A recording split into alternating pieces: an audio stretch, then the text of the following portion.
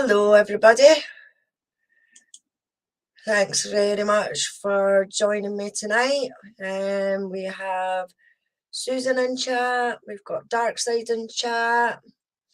Our William, Little Barb. Thanks so much for joining me. Please let me know in chat during the live. I'm actually using a new camera.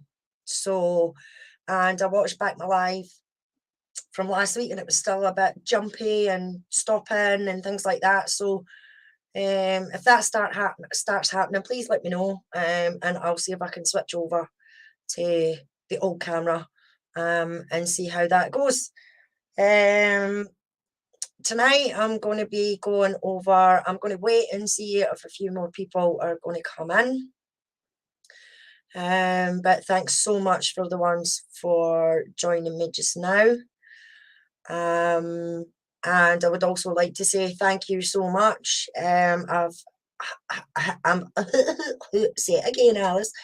I have hit 100 subscribers, so I am very, very, very thankful to each and every one of you for getting me to 100 subscribers. So thanks. Just spread the word. The more subscribers, the better. So thank you very much. As I says, tonight it's going to be more about the media as well. I'm not going to concentrate so much on the chat like I have done before, because I'm going to go through and try and get things done. Hi Elizabeth, nice to see you. So I've managed to go over some of the chats that we've had before, some of the live chats, and there was one question that came up when I was going through, and it was, since Luke has been convicted, there hasn't been any other instances like Jodie's murder. Well, there has been other instances since Luke has been inside and was convicted. In 2004, Luke was convicted. Let me just find where I wrote that down. There we go, right. In 2007, the murder of 19-year-old Laura Milne in Aberdeen was horrific. Her throat was cut and her killer tried to cut off her head, breast and legs after killing her. And that was by somebody by the name of Stuart Jack. And he was convicted of the murder in 2008. It was described as chaotic and nomadic. It's unclear where he lived in 2003. He would have been about 17, 18-year-old back then. And there were similarities in the murder and mutilation of Laura. And that was in 2007.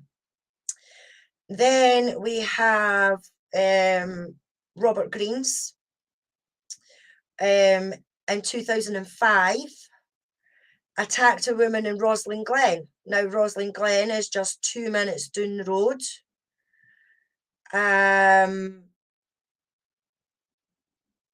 Has any of you looked into Edward Edwards?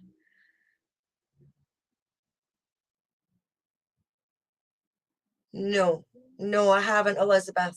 Sorry.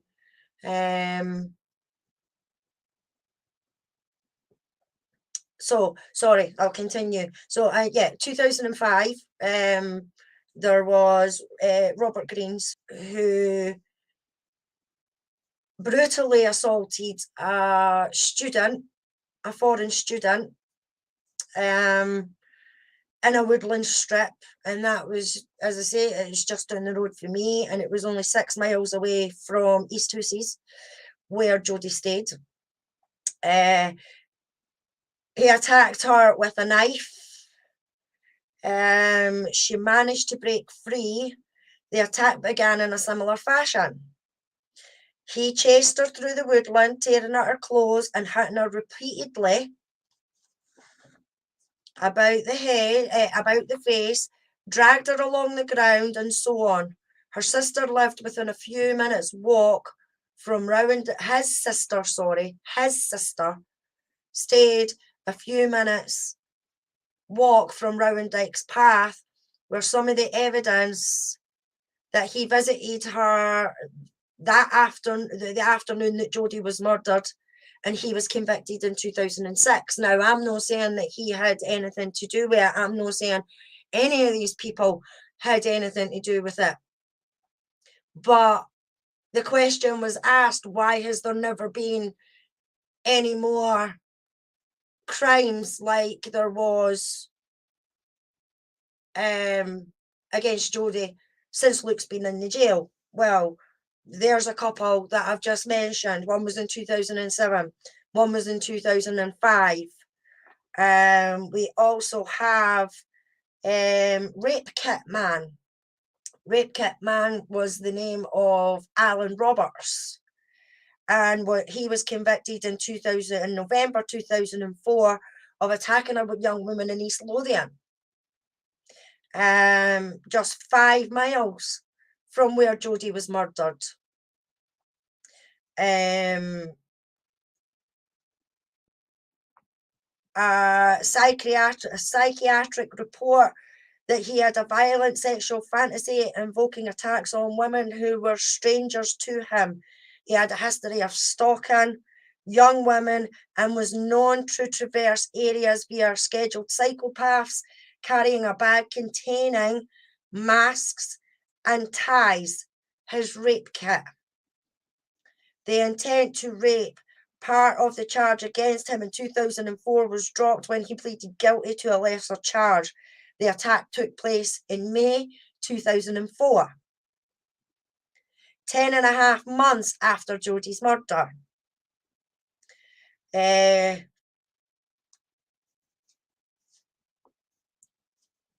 Just after Roberts completed a diversion from prosecution scheme for stalking another young woman, a consultant psychiatrist from the state hospital examined Roberts, told the court, "I can't imagine a time, any stage where Alan Roberts would present no risk," a witness wrote to Luke's legal team later to claim that on the day Luke's trial began, Roberts confessed to the murder of Jodie. So, I mean, there's just a few. There was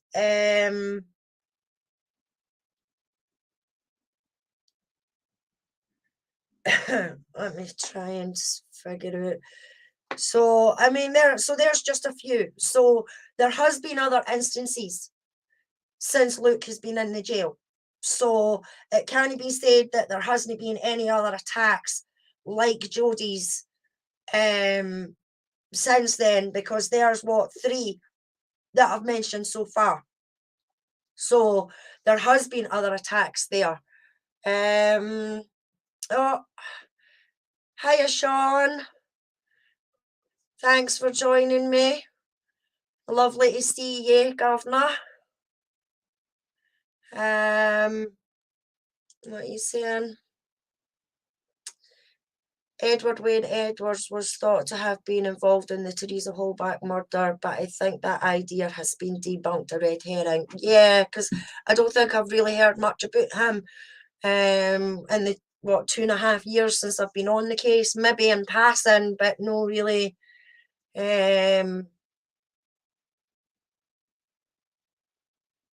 heard much about it.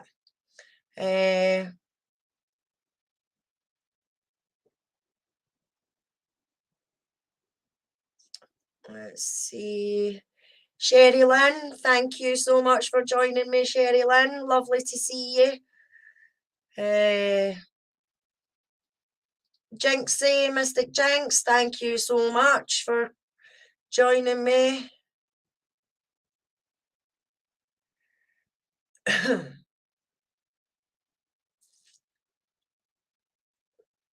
Elizabeth, Sean, Sherry.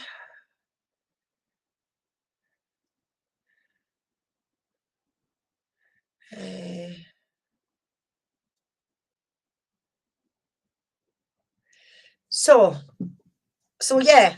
So I mean, there has been other crimes in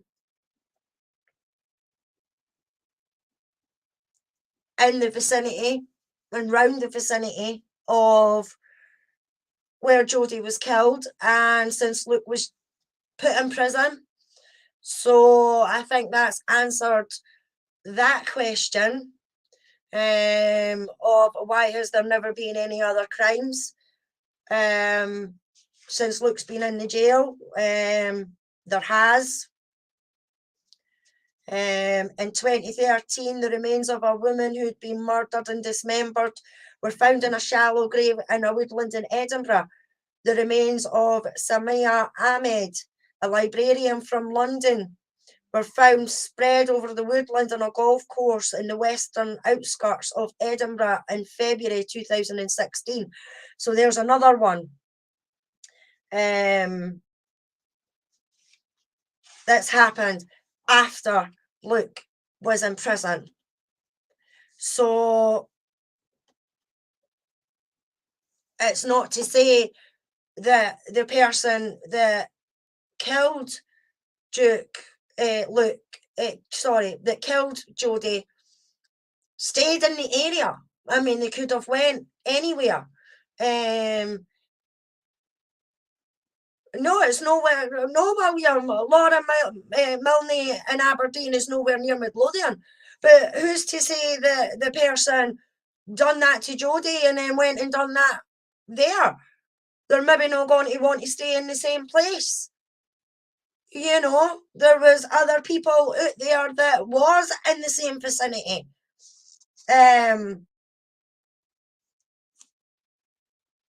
And some of the things that happened to her are similar to what happened with Jodie.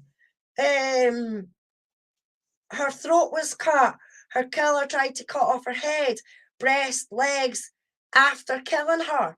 So my point is that people are saying there hasn't been other instances, other attacks or anything like that of that nature since Luke's been in prison. Well, I've just proved that there has been.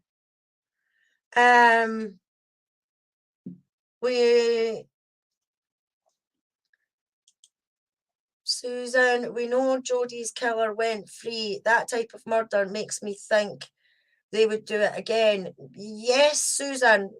Yes, well, I mean, that was, as I says, I went back on chat and I'd noticed that there was a question in there, well, why is there not been any other murders or instances like Jodie's since Luke's been in prison?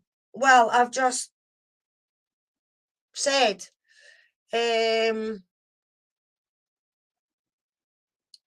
look at Robert Black. He travelled to Ireland and killed a girl but lived in England.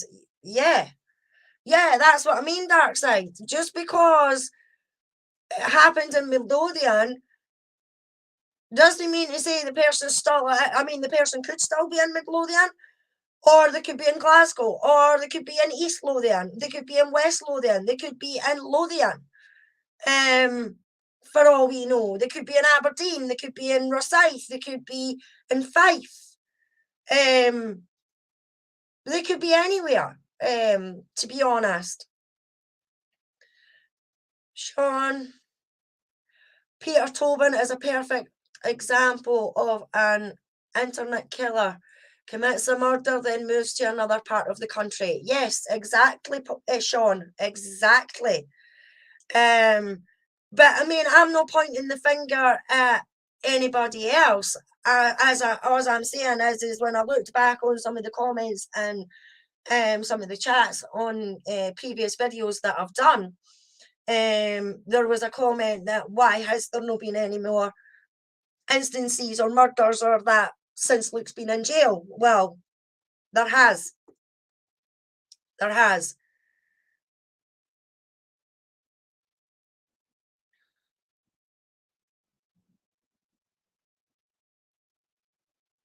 Robert Black was a monster.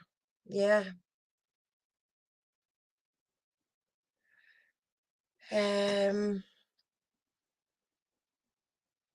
Look at the Golden State Killer. Yeah. William, just using as an example of transient serial killers. Yeah. Yeah. I mean, that's it. I mean, I'm only answering the question that was asked in the chat, and that was why was there not any more murders like the one described for Jodie? But there has been. I've just go back and watch the video if you want. I'll repeat it. You've got the Laura Milne in 2007. You've got Robert Greens in 2005. You've got Alan Roberts in 2004. So there has been other instances of the same type of murder. Did they cut their victims' eyelids off, slit their throat 17 times, and slit the woman's breast, groin, and tie them up and leave them naked? Laura's killer cut her throat, tried to cut off her head, breasts, legs after the killing. The same as what happened to Jodie. Jodie's throat was slit. Her breast was cut out. Her eyelids were cut. Her tonsils were cut. Her breast and her abdomen were cut after death. So, yes, William, there's your answer. Robert Greens chased a lassie with a knife, ripped at her clothes, and repeatedly beat her. And just luckily, that lassie escaped. But not before he done plenty damage. Plenty damage. And then you've got rape kit man, Alan Roberts, who went about with a rape kit in his bag.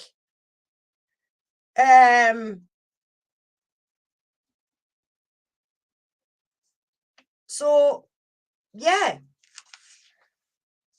They're just as bad and just as gruesome. So I'm only trying to make the point is the question was asked, why has there never been any other murders like Jodie's since Luke's been in jail? Well, I've just proven you wrong. I've just gave you 3 other instances that there has been that same thing. No, Susan, no, these cases that I'm speaking about now, the person has been caught for it.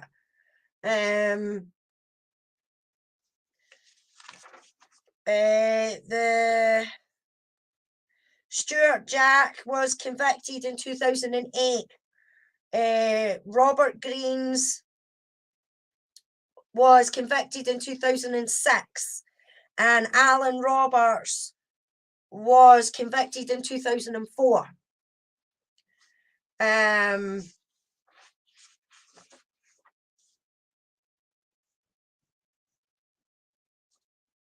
And then you've got the 2013 remains of the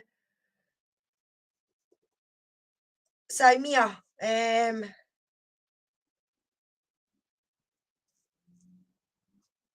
So that's just a few. And as I says, I was just pointing out that there has been other instances since Luke was in the jail. So I think I've proved my point that there was. Hi, Paul Ward. Thank you for joining me. Lovely to see you.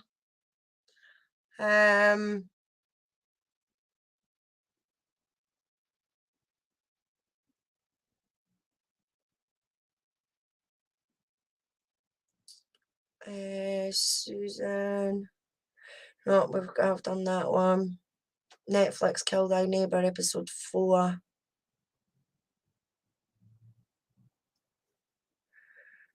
So Laura's killer went to Midlothian when he was 16. I don't know, William. I don't know. Did he? Well, you're trying to say a 14-year-old boy done what he done. So how could a 16-year-old know that?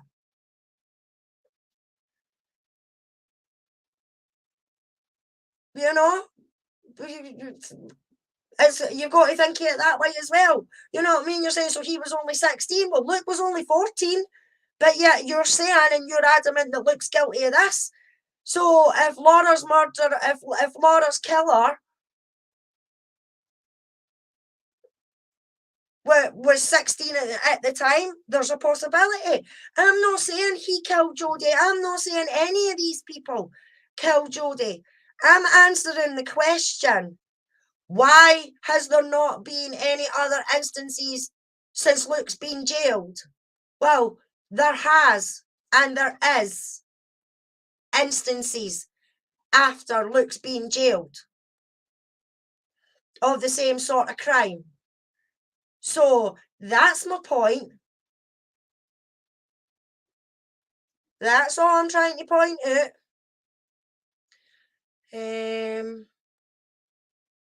Levi Beelfels also carried a rape and murder kit in his vehicle.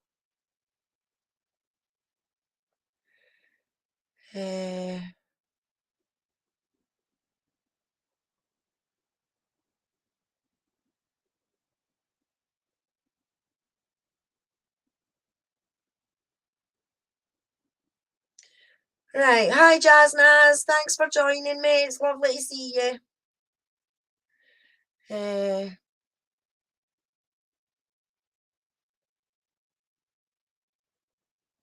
What evidence have you got to say Luke didn't own the Parker prior? Don't say he had a receipt, as that only proves he had that specific jacket. Elizabeth, he had the receipt and it was bought after. So the date and everything like that would be on the receipt to when that Parker jacket was bought. And not only that, people that knew Luke, who were interviewed, said that they never seen him wear a Parker jacket. A bomber jacket, aye. Even the reconstruction that the police did in the 2007 documentary, which I'm going to show, it's a bomber jacket he's wearing, not a Parker jacket. The Parker jacket was bought after. And don't forget, all of Luke's clothes were took in the searches that were done by police days after the murder. So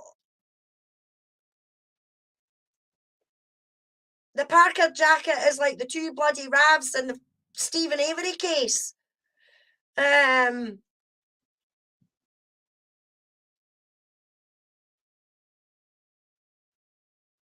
So anyway,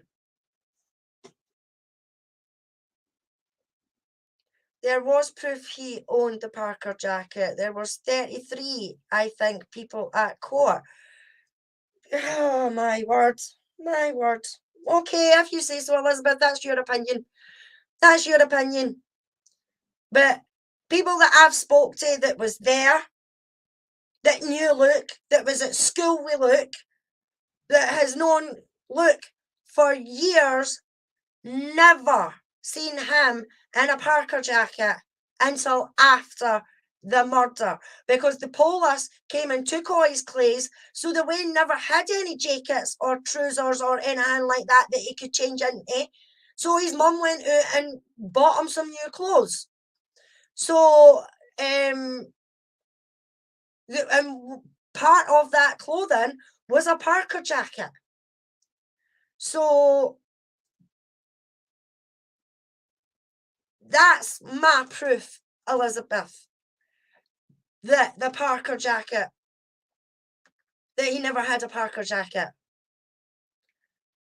Your sister was one of them. Well, you believe your sister. I believe the people that I've spoke to and the people that have known Luke for years that said he did not. And Luke's mother, the one person that would know whether she bought her son a Parker jacket or not before that day.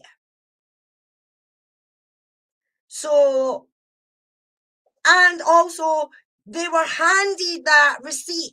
The police were handed that receipt right after it was bought. But there was no mention of that, though, was there? No. So, right. So, I'm going to get on. That's half an hour I've been on already. So, what I was going to do was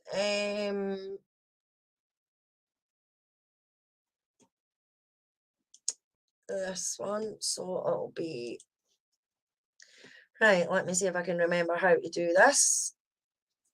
Share screen. Share screen. That one. Share. There we go. And that should pop in there now, guys. So I want to do this.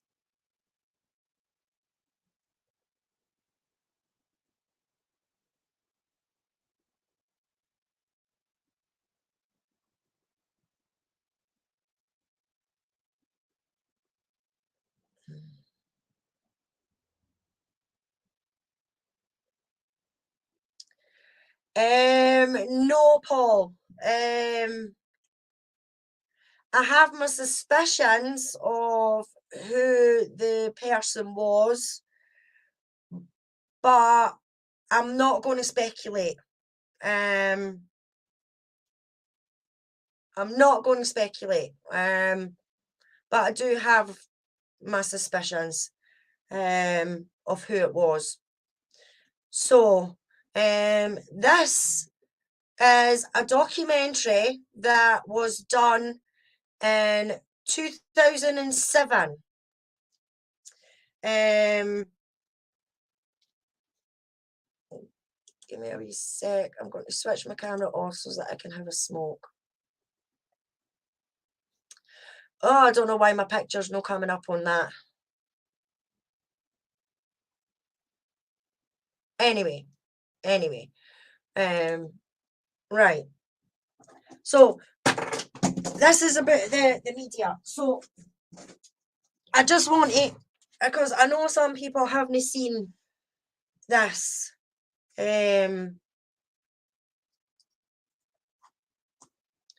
Some people haven't seen this. Now, this is Frontline Scotland. So for my American friends, this is like your Dateline. That you have. And it was quite a popular program in Scotland. And this was done in 2007. So, and they came, and the 2021 documentary came to the same conclusion as these people came to, that Luke could not have killed Jodie. Here we go.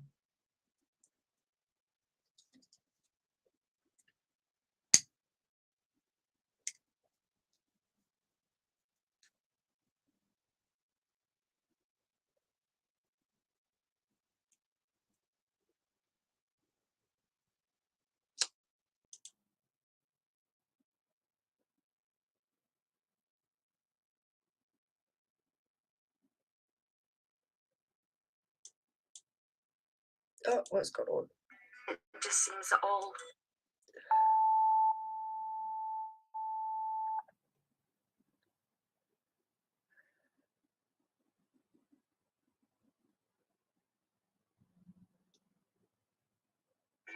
How do you prove you're not a devil worshipper? How do you prove you're not evil?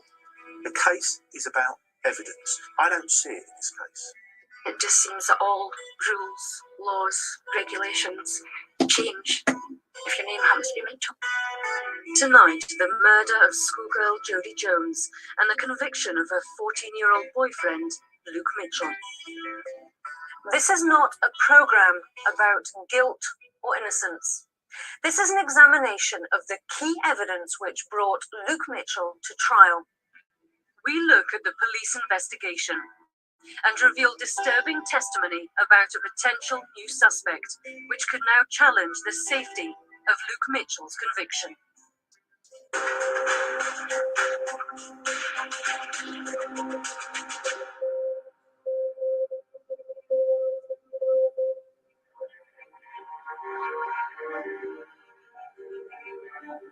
On Monday, the 30th of June 2003, 14-year-old Jodie Jones set off from her home in the East Houses area of Dalkeith to meet her boyfriend, Luke Mitchell.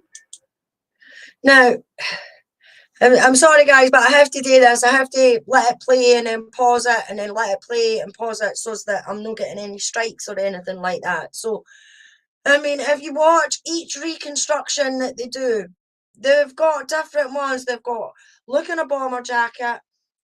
They've got Jodie with her hair down, Jodie with her hair up, things like that. So even that can't get right, you know. It just beggars belief. And as you can see, I mean, look how that is there compared to the video that I did know that long ago. It's all overgrown and everything like that now as well. So hi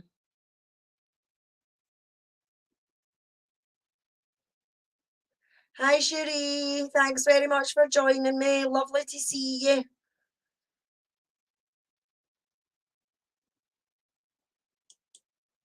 Jodie's mother had just lifted her curfew. After texting Luke the good news, she'd set off to meet him just before 5 that evening. She never returned. 6 hours later, Jodie's mutilated... Now see, in that, it says that she left just after 5. Now, you have heard me speak about it before. Jodie and Luke were seeing each other for 5 months. So, Jodie knew herself that Luke would not be out until at least 5:30, between 5:30 and 6 o'clock, because he was the first one home. He was home from school, and his mum and his brother were working. So with them working, Luke was the one that was at home, and he would make the dinner for them coming home. So even Jodie knew herself that Luke would not be out until at least 5:30, 6 o'clock. So why do they keep saying that she left at 4:50 to go and meet Luke, or she left at 5 o'clock to go and meet Luke, when she knew fine well that Luke wouldn't be out until 5:30, and then Luke texts her or phones her first at 11:32, at 5:32, didn't get an answer. So then phoned her again at 5:40 to say, right, that's me done, that's me out.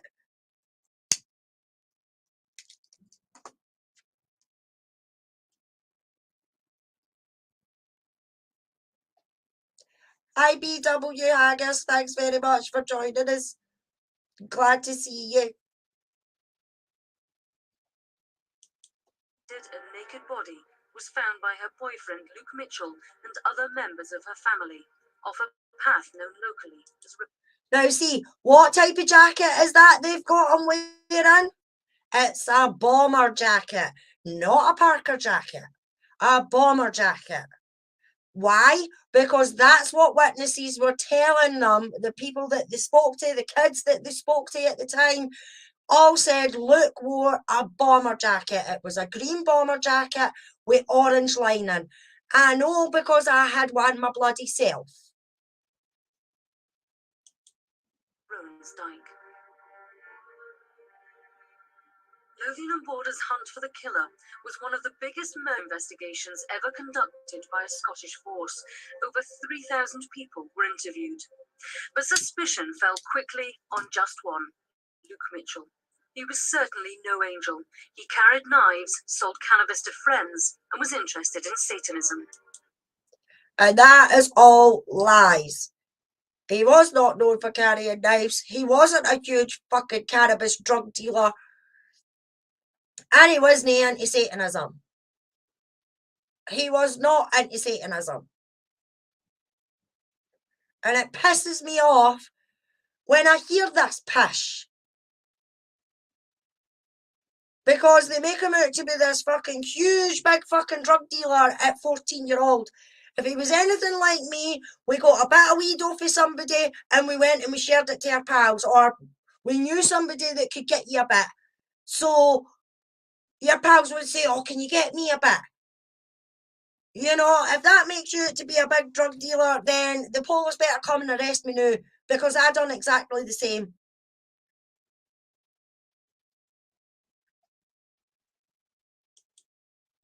18 months later, Luke Mitchell was found guilty of killing Jody Jones and was sentenced to life. But worries within the legal and forensic world about Luke Mitchell's conviction have never completely gone away, particularly since he was tried and convicted without a shred of physical evidence against him. Surprising, given the bloody nature of the attack on Jody. There were cuts around the eyes. There were cuts to the mouth area, and extensive cuts. Now, just let me explain. This is Professor Bustilli, or Bustilli. Sorry if I get your name wrong. I'm really, really sorry. And he was the one that examined Jody's body. He's the pathologist that looked at Jody's body. So if anybody should know details and things like that, it's him, in my opinion. Numerous cuts across from one side to the other, across the midline, to the neck structures, which extended right through the soft tissues of the neck, the windpipe, almost to the back of the neck. Professor Busuttil was the pathologist who examined Jody's body. This girl would have had in her about 5 to 5.5 liters of blood, most of which has left the body before she died. And we're not talking of a few drops. We're talking of liters of blood. Liters of blood left her body before she died. So where is it? Where did it go? Because it certainly was not on Luke. Therefore, if there was this intimate contact, one would have expected some of the blood of the deceased to have transferred itself onto a person who was asleep. What steps would have to have been taken by the offender to prevent this swapping of trace evidence? Wearing gloves, wearing a covering over his clothing or his body, possibly wearing goggles, wearing something over his head, ensuring that there is no direct contact between his clothing and his body and the deceased. Now see, they would have had to have been covered from head to toe. Gloves, forensic white suit, whatever you want to put it, a pair of overalls or something, covered from head to toe, without getting DNA or blood on them. And as you can see in this, what have they got Luke wearing? A bomber jacket. Or supposed to be Luke. It's a bomber jacket. Luke Mitchell and the rest of the family search party were taken to different police stations. There, Luke Mitchell had his nails scraped for forensic evidence and his clothes taken for examination. His body was also examined by a police doctor. He had no evidence of fresh cuts or scratches. Yet Professor Basutle testified that Jodi had severe defensive injuries, suggesting she had put up a violent struggle. The police were convinced that with such a brutal and bloody murder, the forensic tests on Luke Mitchell's clothing, his hair and his nails would provide conclusive proof of his guilt. But the tests found nothing. There was no incriminating evidence of Jodi Jones on Luke Mitchell. Now, just to so that I'm breaking it up a bit for you, and I'm no hopefully going to get any strikes or anything like that. I just want to show you a headline that was printed. There we go. There it is. Right. DNA will hold the key to justice. Right. The crucial piece of evidence which will nail the killer of Jodi Jones is most likely to be invisible to the naked eye.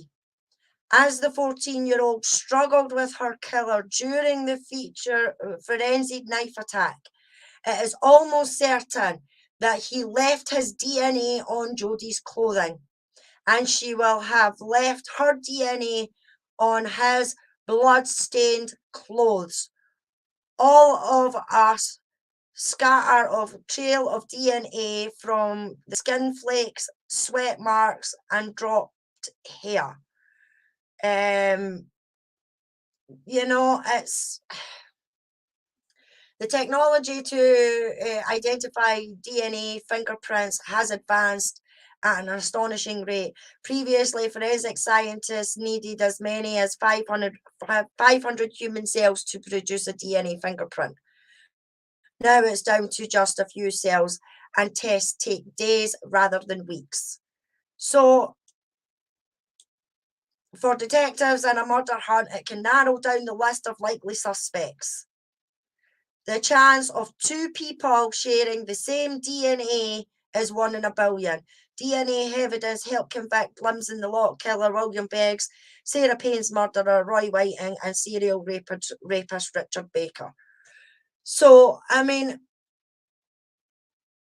even there, you know, the headline, Innocence Destroyed, where a picture of Jodi as a child, like a young child. Why not have Innocence Destroyed with a picture here at 14?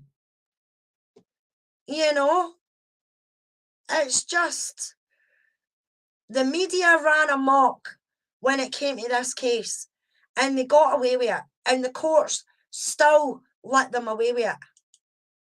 It is ridiculous. And as I say, like the title says, I'm just showing you the information. I'm just putting the information out there. So you decide for yourself whether this was a trial by media or a trial by evidence. That's all I ask.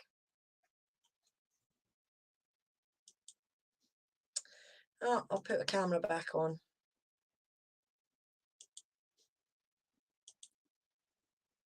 If the police investigators had said, Professor, how likely is it that the person who killed Jodi had her blood on? Very likely. How likely is it, Professor, that there would have been hair, skin, sweat, saliva, anything from Jodi Jones on our attacker? Not as likely as blood, but quite likely. It doesn't tell us it couldn't have been him, but it makes it surprising and less likely indeed that it was him. Oh, now, very likely to have skin, hair, sweat, whatever, on the body, around the body, near the body. You know? And that's the person who examined Jodi, saying these things a specialist, expert saying these things.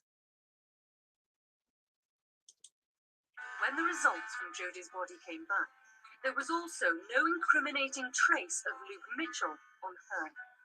Is this because of the police's handling of the crime scene? When that scene is in the open, you have to think very carefully about the weather, the environment, whether it's in town or in the country, and you have to do what you can to protect it. During his time with the police, Roy Ram investigated 18 murders. Quite simply, if there's a fibre on the body that comes from the murderer, a heavy rainstorm can wash it away. Police procedure dictates every step should be taken to protect a crime scene. But despite rain that evening, Jodie's body remained uncovered overnight until 8 o'clock the following morning. Now, if it weren't preserved, there is a possibility, indeed if it were raining as it was, a probability, that some evidence may have been lost. Although Now, evidence may have been lost because she was left out all night in the pissing rain with no protection over her, no covering over her. And then not only that, they move the body before forensics get there. They move the body. It doesn't matter whether she was moved 2 inches, whether she was moved 2 feet onto a piece of tarp or polythene or whatever. She should not have been moved at all. Not at all. And she certainly should not have been left out all night just because somebody couldn't get in a wall. Now, as I've showed you before in the video, there was other ways into that woodland strip that was openings that you could easily go in and get up to the same point as what the V-break was. So, in my opinion, it is disgusting and not a good police job for her to be left out like that and for them to move the body and move the clothing. They scooped up her clothes all together instead of putting them into individual bags or just leaving them where they were for the forensics to come and do their job. Lothian and Borders Police decide to chop down branches. They decide to move the body. They decide to gather up her clothes. What the actual fuck? Where is that good police work? Really? Professor Basupal says the transfer of evidence from assailant to victim isn't that common. With Jodie's body uncovered for so long, we'll never know what evidence, if any, was lost from the scene. Another mistake seems to have been made by police again that same evening.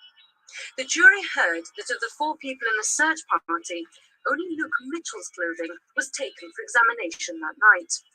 Alice Walker, Jodie's grandmother, had touched Jodie's body. Trace evidence from Jodie's killer could have been transferred onto Alice Walker's clothing.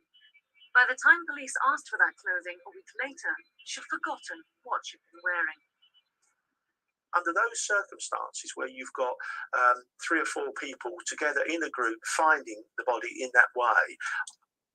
Now, this is an inspector.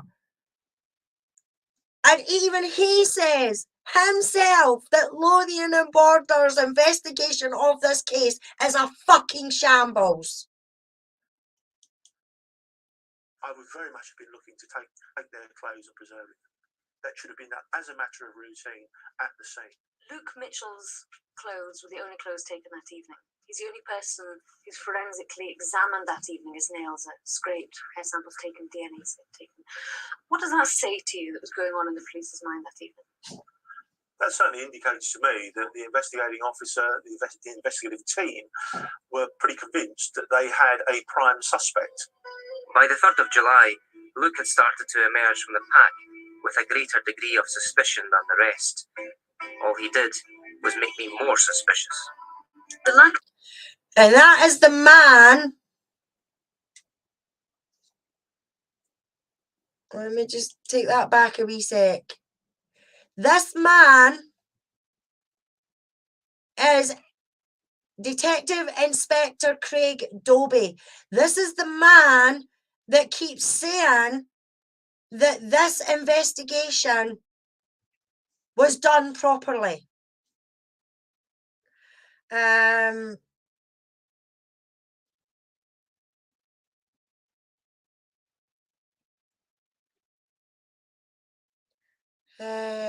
trying to see if I got the... Yeah, this is another one. This is another headline. Deranged Jodie killer soaked in her blood. You know, so even they were saying that the savage killer would have been soaked in Jodie's blood. But yet, the person that they took in for it has no signs of Jodie's blood or hair or whatever anywhere near him, on him, under his nails, or anything like that. Nothing. You know? And this was getting printed in the papers during the trial and everything like that. You know? It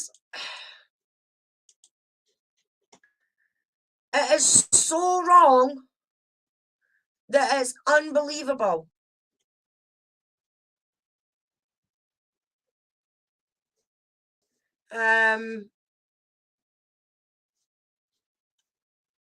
So we'll play this again. All he did was make me more suspicious. The lack of forensics meant the police would have to rely on circumstantial evidence. The first plank of this circumstantial case was the destruction of Luke Mitchell's alibi. He claims he was at home cooking dinner between 4:45 and 5:30 when Jodie was murdered, but an eyewitness suggested otherwise. Local resident Andrina Bryson told police that as she passed through East Houses just before 5 p.m, she saw two people at the entrance to the path near to where Jodie lived. Mrs. Bryson described the man she saw as being in his early 20s with quite long, messy hair. She couldn't identify the girl she saw as Jodie. On the 14th of August, the police showed Andrina Bryson a book of photographs. She picked out the photo of Luke Mitchell as being very similar. Yeah, and one thing I want to point out about this photograph, and it is, notice how Luke has a white background round him. Yeah, when they showed Andrea Bryson the book of photographs, Luke Mitchell was the only one that had a white background. He was the only one that had a white background. So with her statement saying that the guy that she's seen had long, messy hair,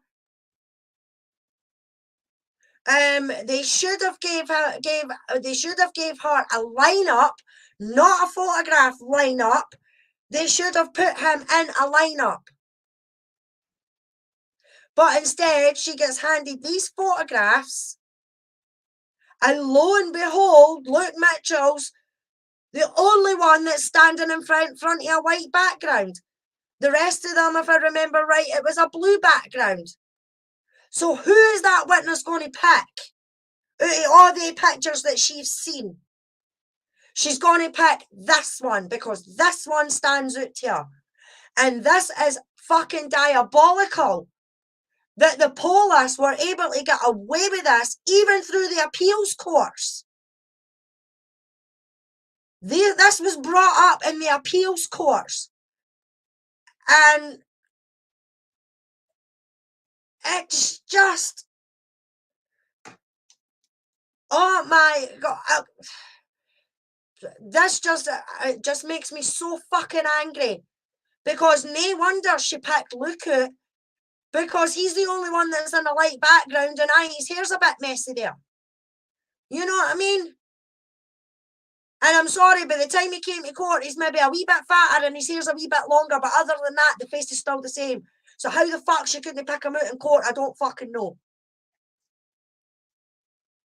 See, I'm swearing even more now, so I'm going to calm down and have a smoke. I'm going to put my camera off. I'm going to have a smoke, and I'm going to let you watch some more.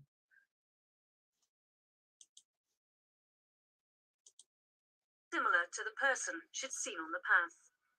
If that person is readily available to be identified, they should be put in an identification parade. It's much better to see somebody in the flesh, as it were, rather than in a photograph. According to Scottish Home and Health guidelines, where a suspect and a witness are readily available, an identification parade should take place. Luke Mitchell was never offered an identity parade. There was another problem with Andrina Bryson's identification. Whether it's photographs or a lineup, you would expect that the suspect shouldn't stand out in any way from the other people in the lineup, and that everybody in the lineup should be a plausible candidate from the description that the witness has given. Andrina Bryson was shown 12 photographs. Only one person had long hair, and only one was taken against a bright white background. They didn't have an arrow pointing at Luke Mitchell, but they might as well have had that. If the background is... Now, there's just one wee something I want to point out. This man here is in the 2007 documentary. He is also... Let me just find him. He is also in the 2021 documentary, sorry. Saying the same things as what he's saying in the 2007 documentary.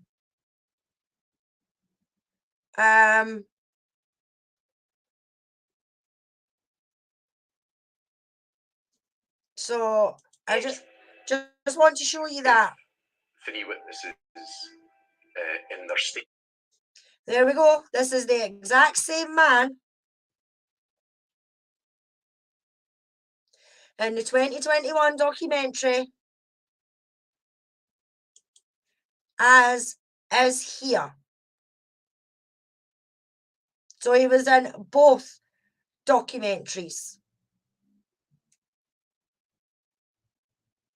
So here we go. Is different, in particular it's a white background for his photograph, then that is where your eye will be drawn. So if Andrina Bryson picks out Luke Mitchell, that's pointing at Luke Mitchell, but they might as well have had that. I'm just going to put it back a wee bit. From the description that the witness has given. Andrina Bryson was shown 12 photographs. Only one person had long hair, and only one was taken against a bright white background. They didn't have a... Oh, well, there you go. I completely forgot about that, but only one of them had long hair. Look, only one of them had a white background. Look. Really? No wonder she's picking him out a lineup. An arrow pointing at Luke Mitchell, but they might as well have had that. If the background is different, in particular it's a white background for his photograph, then that is where your eye will be drawn. So if Andrina Bryson picks out Luke Mitchell, that's not a surprise then? It doesn't... William, that guy is not a police officer. That guy is a lawyer. The one that I just showed you, he's not a police officer. He's a lawyer. He's a criminal defense lawyer. Prove that Luke Mitchell was the person that... And it's funny how you say all the experts or the people investigating and everything like that are all crooks. Because you said that about the detectives who done the 2021 documentary. And now you've just said that about him. He is not a police officer. He is a lawyer.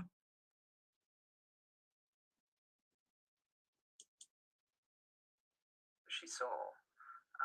What it shows is that, there's only one person in the lineup who fits her description. You want to be sure that you are putting the right person in front of that jury. And if you put forward a photograph which has been picked out in that way, you can't be certain. So I would have been extremely angry and very disappointed. I would want to do it again. The police were sure that when Andrina Bryson saw Luke Mitchell in court, she would pick him out. This is known as doc identification. It's a very, very strongly leading procedure to ask, whether you can identify anyone in the court today. Despite the inbuilt bias in this process, despite Luke Mitchell being easily identifiable as the suspect standing in the dock flanked by police officers, despite all of this, Andrina Bryson failed in court to identify Luke Mitchell as the man she had seen on the night of the murder. She picks out Luke Mitchell through a procedure which you say is highly suggestive. She then fails to pick him out during the doc identification. Is it reasonable then to conclude that the person she saw that evening was in fact not Luke Mitchell? I think that's the only conclusion you can draw. It would undermine her previous identification. Oh, now wait a minute. So, Andrea Bryson's witness statement shouldn't have held any fucking water at all. But what did the prosecution do? They used her as a star witness. She was the star witness. Now, this is experts that you're hearing this for. This isn't coming from me. This is the reason why I'm playing this. Because the experts in the 2007 documentary and the experts in the 2020 documentary are saying the exact same, and they are different people that are in the documentary. So, people, make up your own mind. Make up your own mind. She's telling the court that's not the man I saw. But if Andrina Bryson's early identification is not to be believed, and remember, she failed to identify Luke Mitchell in court, then no one can place Luke Mitchell near the scene of the crime.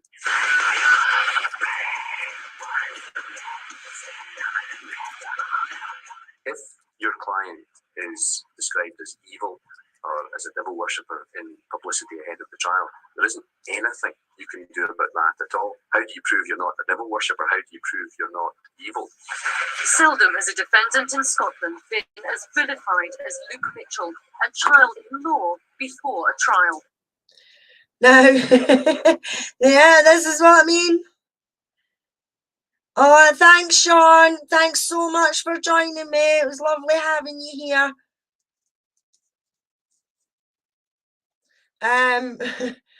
Yeah, I see your comment, Susan. Oh, for fuck's sake, you're kidding me. No, I'm not kidding you, because we have the headlines to match, if I can find it.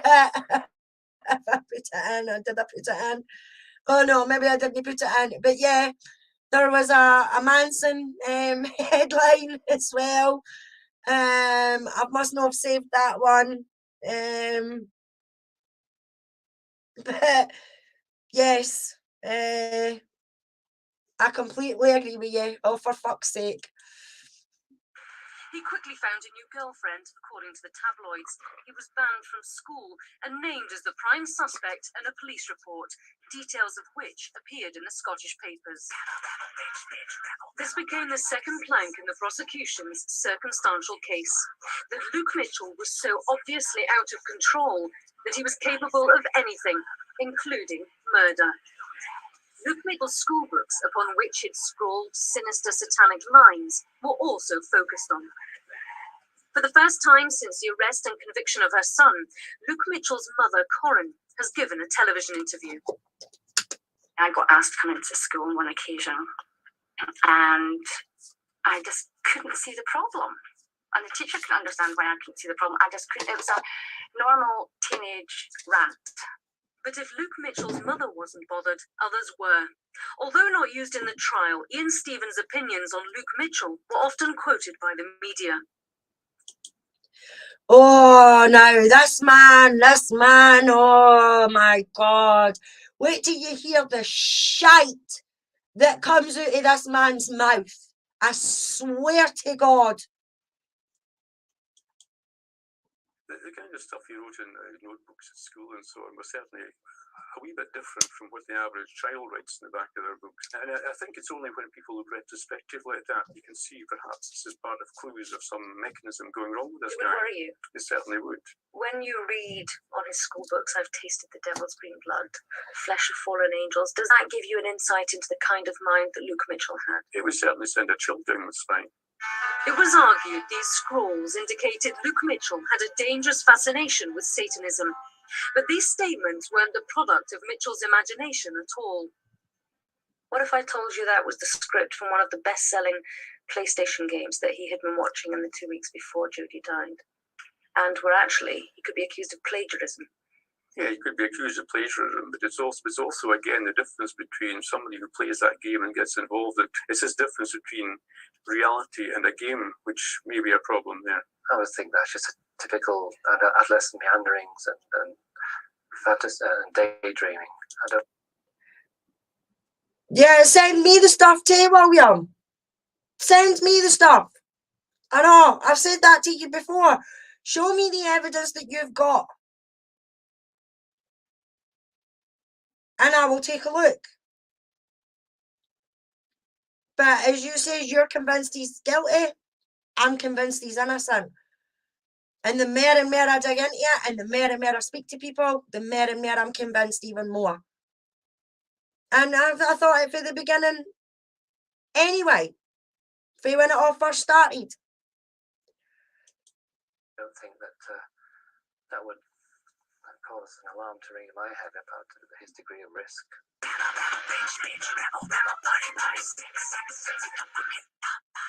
This is Marilyn Manson. He's one of the most controversial rock stars in the world, and he's critical to the case against Luke Mitchell. That's because the police believed that Mitchell was obsessed with Manson, and they worried in turn about what Manson himself was obsessed with. This. In 1947, aspiring actress Elizabeth Short was butchered and dismembered in Los Angeles. The murder became known as the Black Dahlia case. And these images of Short's mutilated body were painted by Marilyn Manson. Was Mitchell trying to replicate this murder? Press reports from the trial suggested Professor Basukel had backed up this theory, but the reality is somewhat different. See? See? The media. Once again, the friggin' media. Spreading lies and spreading shit. So no wonder people out there swallowed what was being printed at the time.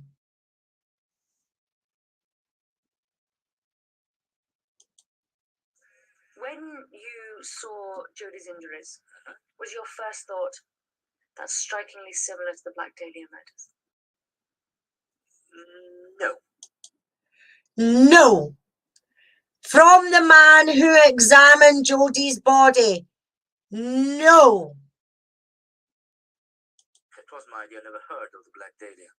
There were similarities in terms of big slashing wounds caused by a bladed instrument, sharp instrument, in both the deaths. Black Dahlia and Jodie Jones. That's as far as one can take it.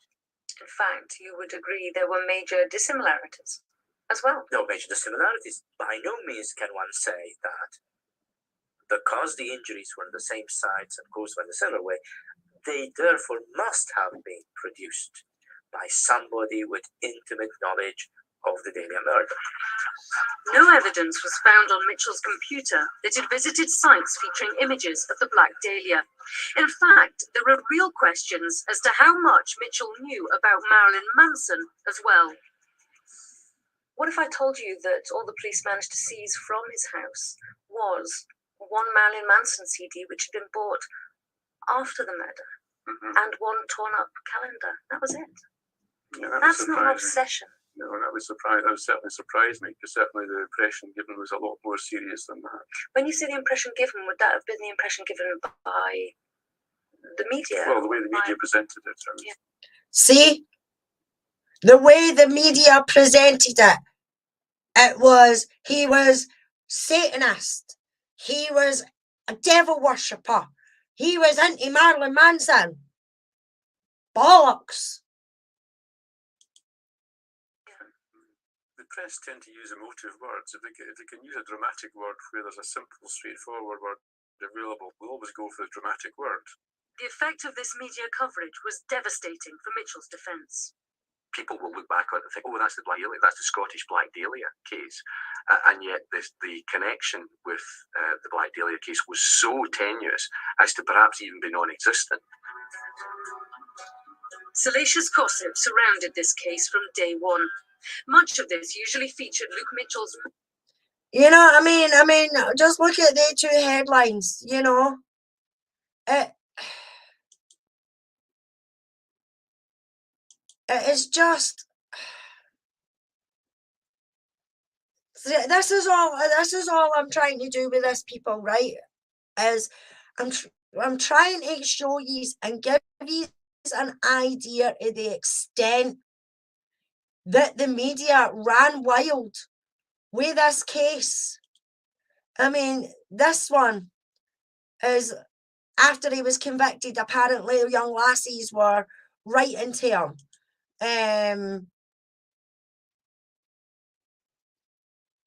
Another one, soaked in her blood.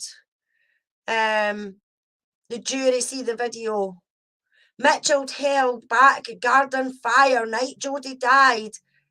And that was printed in December, the 7th of December, 2004.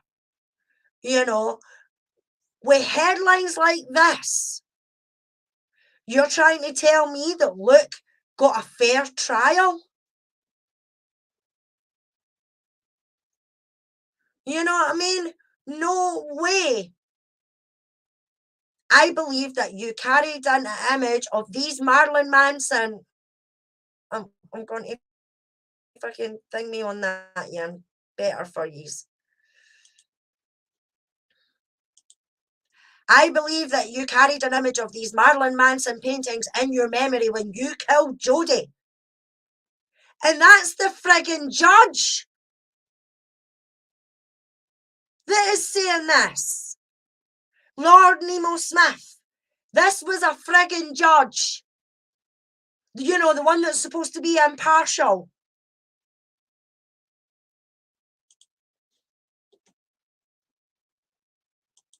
Oh, that's the Scottish Black Dahlia case. And yet the connection with the Black Dahlia case was so tenuous as to perhaps even be non-existent. Salacious gossip surrounded this case from day one. Much of this usually featured Luke Mitchell's mother, Corinne, who in the months before the trial became almost as vilified as her son. This sense of outrage... Now, this is the Parker jacket that fucking everybody goes on about. That was bought after the murder with receipts and everything to prove it. They went to the police station and told them, there's the receipt, this is what we bought. You know what I mean? It just really, really, really, really annoys me that people still go on about this bloody Parker jacket. Elizabeth says there was 33 people or something like that that says they seen him in a bomber jacket. I can probably guarantee you there's probably another 33 people or more that says he was never ever seen in a bomber jacket, a Parker jacket. That he had a bomber jacket, a green bomber jacket with orange lining. So this is the media's fuck up as well.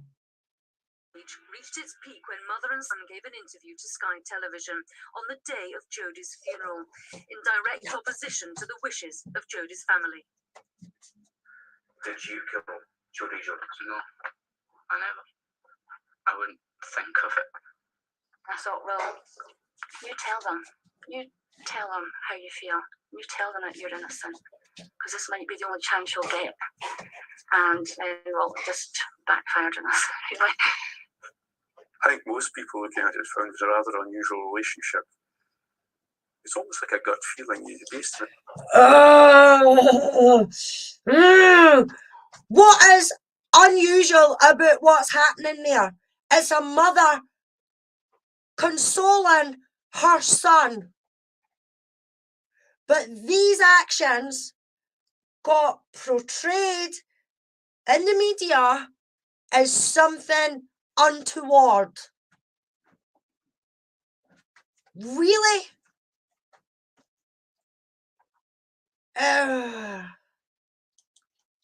Intuition and experience over the years, you feel this isn't right. This doesn't feel right. And that's coming from a friggin' professional. Oh, it's not right. It is a mother consoling her son. That is it. Right. And I think I certainly had that feeling holding that interview with the way that the mother related to Luke, and Luke related to the mother. We are close as a mother, and the son is a mother and daughter, and that's it. Their relationship became key to this case. Luke Mitchell claimed he'd been at home cooking dinner when Jodie was killed, an alibi backed up by his mother and his brother Shane. Corinne Mitchell had bought a knife for Luke months after the murder. This insensitive act added weight to the police theory that she'd do anything for her son, including burning his bloody clothes in the family's log burner. I haven't burnt any jacket, any item of clothing. The only thing I've burnt in that log burner are logs. In court, however, Luke Mitchell's alibi fell apart. Shane Mitchell admitted he couldn't corroborate his brother's alibi. The prosecution argued he and his mother were lying. Now, let me just explain something here, guys. The reason why Shane got so, what's the word to use? Fucked up in the head and couldn't remember or clarify or agree was because they had just slapped the mutilated photos of Jodie's body right in front of him and screamed and shouted at him on the stand. And he asked for a break and they said no. But when members of the Jones family and I think it was Kelly, the sister's boyfriend, got upset and that on the stand, they took a break. They were allowed to take a break and everything like that. But when they came to Shane, they slapped these photos right in front of him, barraged him with a whole load of questions. So no wonder the guy's head was so far up his arse he didn't know whether he was coming or gone. But they ran with this, and this is where they say that Shane fucked up and Shane stuck looking and everything like that. You know what I mean? And it's no true. If you just shove photos like that in front of anybody, which they did it to Kelly, I think it was, if I remember right. If no, I'll correct myself. I'll double check that for the next video and I'll correct myself if I'm wrong. But they asked for a break and they got it. Shane and that asked for a break and they were basically told to fuck off. You know what I mean? Which was wrong. Corinne and Shane Mitchell were charged with attempting to pervert the course of justice. When Luke Mitchell was convicted, their charges were dropped. Oh, convenient that, eh? As soon as they get a conviction, the charges get dropped on Corinne and Shane. You know what I mean? That's... Can you believe that? Can you actually believe that? You know what I mean? As soon as they got a conviction, they didn't go ahead with the charges. So in my opinion, that was all hype to deter and discredit the alibi and everything like that. And people have swallowed it left, right, and fucking centre. Left, right, and centre. They've swallowed it. And it's a load of pish. Would you have helped Luke? I can't answer that question because it's not. I haven't been in that position. But you can't say what you would or would not do. But if your son had come home and said, I've killed my girlfriend, I'm covered in blood, help me. But that didn't happen. But if it had, would you have helped him? I can't honestly say what I would do because I haven't been hit with that one. Yep, and I completely agree with her. Nobody, in my opinion, and people in chat, you can give me your opinion on that and all, especially if you're a mother. I can't honestly answer that question because I don't know what I would do in that situation. And I completely understand why Corinne is saying, I can't answer that question. I honestly can't answer that question because it never happened. Because I can't honestly answer it. I would like to sit here and say, oh, I'd hand them into the police. You know what I mean? But then again, it's my son. So I honestly, myself, as well as Corinne, cannot honestly and truly answer that same question.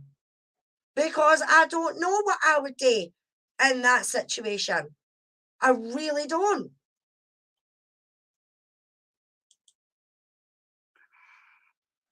Nobody knows what you're going to do in a situation unless you're in that situation. So it's not something you could answer. Some people may find your answer strange because they would think, goodness sake, we're talking about murder here. I would never protect anybody in that situation. Is it different because it's your son? I don't know. You cannot answer that unless you're faced with that situation. Have you ever asked Luke whether he killed Jodie? No. Why? I didn't need to ask him. I've never needed to ask him that.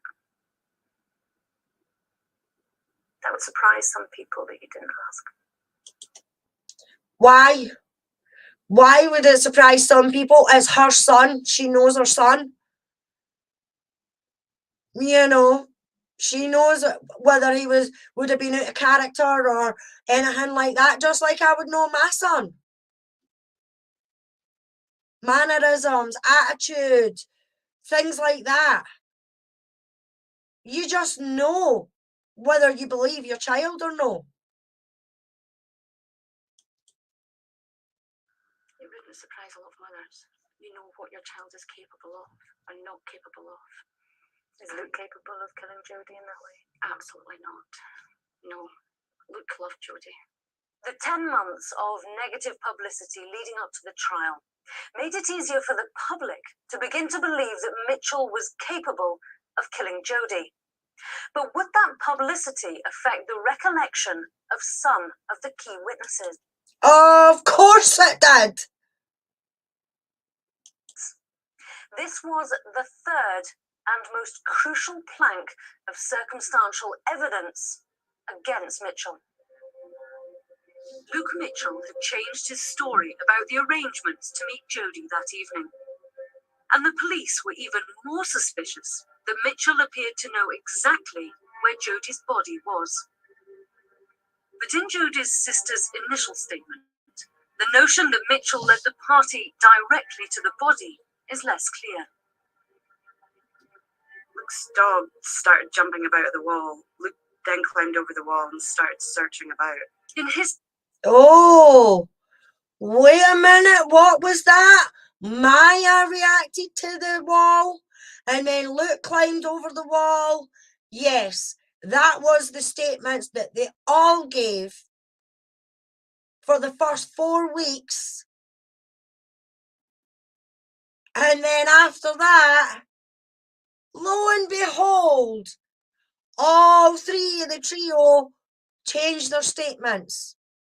Now, I'd see the point if some things were changed in each of their statements. You know, maybe, I don't know, Janine and Kelly were a bit further on, they were a bit further back, they were all together, that sort of thing. But for them all to change their statements to exactly the same thing, nah. Questions should have been asked there. Definitely. Questions should have been asked. Why? All of a sudden, are they all changing? Why are they changing their statements? And why is it all changing to the same exact thing? Statement. Janine's boyfriend Stephen Kelly describes the dog pulling Luke to the wall and jumping up just below a V-shaped break in the wall. Luke Mitchell's recollection is similar, although he says the dog reacted after the V. Suddenly she stopped and started sniffing at the air next to the wall, just past the V-cut in the wall where you can get through. She starts trying to climb up the wall with her paws and sniffing over it. I have to double back slightly to find this V-shape, and I climbed over. I would always look at the first statement they gave, and I would give that primary importance. The person remembering will be least likely to have encountered other information that they acquire after the event, which may lead them unconsciously to reinterpret their memory. Janine Jones, Stephen Kelly and Luke Mitchell all gave statements to police over the following weeks, stating it was the dog who's the first to react to something on the other side of the wall. But at the trial, both Janine Jones and Stephen Kelly insist Luke Mitchell walked straight to the V, not past it. This suggested he knew exactly where the body was.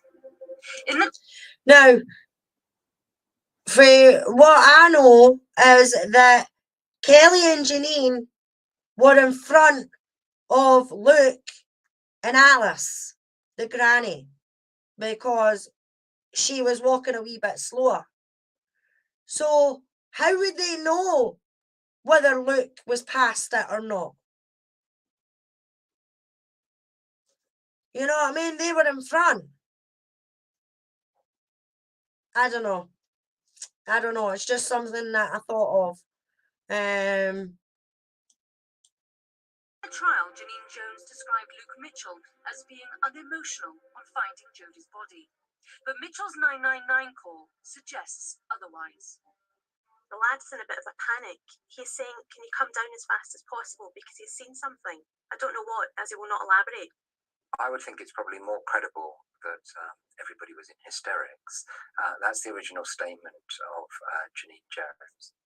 The evidence of both Janine Jones and Stephen Kelly was heard and challenged in court. The jury believed their testimony.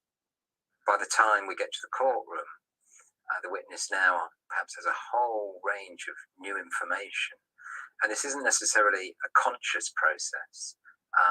It's simply the normal way of remembering, where we use all the information that's available to us to construct an account of what must have happened. By the start of the trial, Mitchell is no longer the 14-year-old boyfriend of Jodie Jones. He's a cold and calculating teenager.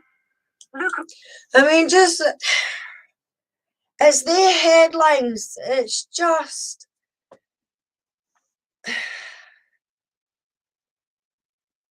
I mean, I knew he was in the papers and that a lot. And he was on the news and things like that. But to the extent that the more and more I dig into this, the extent that they went to, it just... There is no way that laddie got a fair trial or would have got a fair trial or has had a fair trial in Edinburgh. No way. He might have got a fairer trial, in my opinion, a fairer trial if it was held in Glasgow. I mean, I'm not saying that people in Glasgow never seen the headlines or anything like that. They would have. But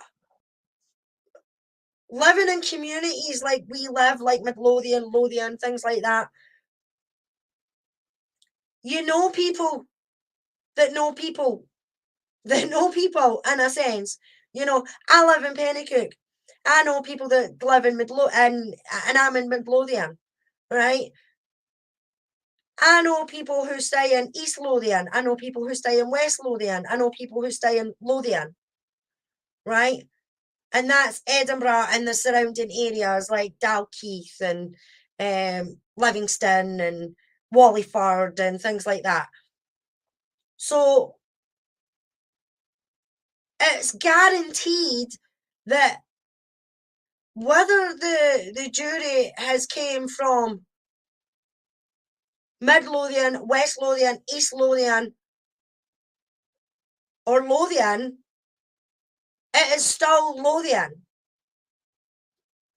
And Luke should not have been tried in the district of Lothian or Mid Lothian, any of the Lothians, in my opinion. He should not have been tried in Edinburgh. Full stop. It should have been transferred to Glasgow. And they tried to get it transferred, but they were the judge in that wasn't having it. Because he was going to give them decent instructions. Really? And I will eventually get to these instructions. So it's just, Luke wasn't he in front, William? Luke was behind. Stephen Kelly and Janine were in front of Alice and Luke.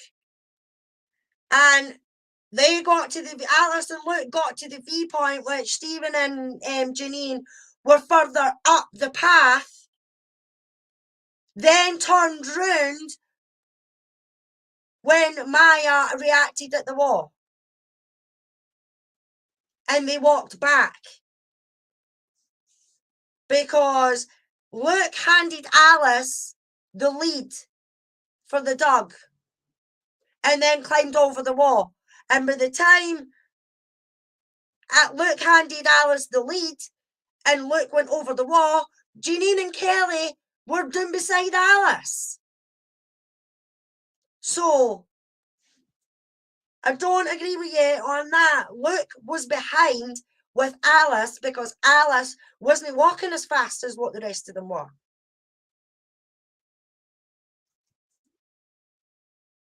And this is what I've been told. So I'm just going on what I've been told and the people that I've seen. And when we going on about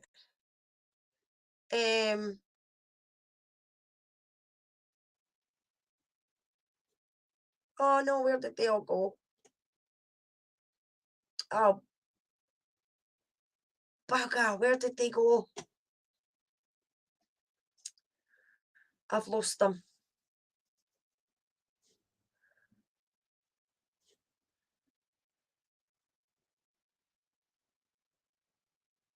My 40s have disappeared. Oh no.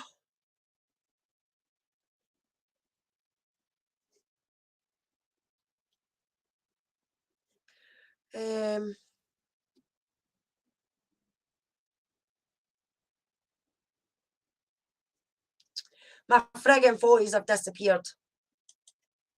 Mitchell was the main suspect from day 3 in this investigation, and the police believed that forensic evidence would confirm their initial suspicions. When this didn't happen, they had to build a case against Luke Mitchell based on circumstance alone.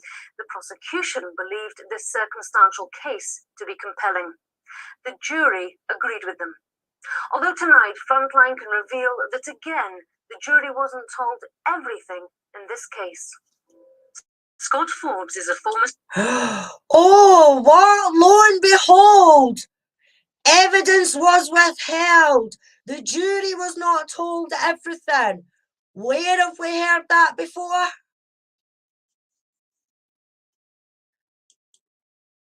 a student at Newbattle Abbey College in Dalkeith, half a mile from where Jodie's body was found. He has a lengthy criminal past. He's also given a statement to police which, if true, suggests...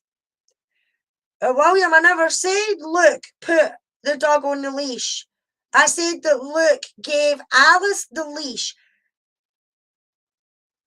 I don't know if the dog was on the leash or if she was off the leash or what. I'm not 100% sure on that, but for what I can gather is that she was off the leash if she was at the wall.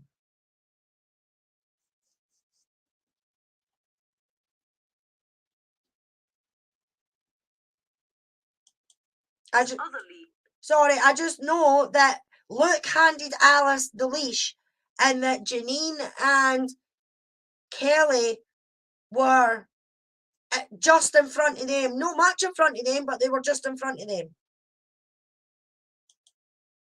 Weren't followed after the murder.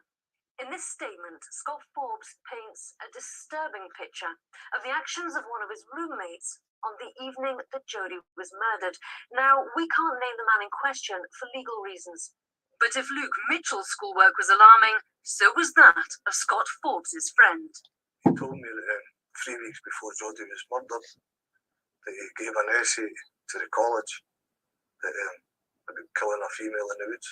On a few occasions, he showed me graphic images on computers, like somebody being chopped up by a helicopter. Scott Forbes' friend was on a methadone program whilst at the college.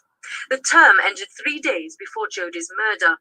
Forbes' friend was one of the few to remain in Newbattle. Jodie Jones was killed on the Monday after I left. On the Tuesday, the man in question came to visit me at my house in Leith. He had scratches on his face. And what did he say? He told me I poked himself in the eye after spraying aftershave in it. 5 minutes later, he told me he fell over a table and his hands had scratched his own face. And then he says he thinks he ran into a bush. Scott Forbes suspected his friend might have killed Jodie Jones. He was in Newbattle. He had been taking methadone, part of his programme. Large amounts of Valium, large amounts of speed. And he'd also been drinking and smoking hash. Now, this guy, Scott Forbes, he was also in the 2007 documentary, but he's also in the 2021 documentary as well. And he says the exact same thing as what he said in this documentary to what he says in 2021 documentary, which is 16 years apart.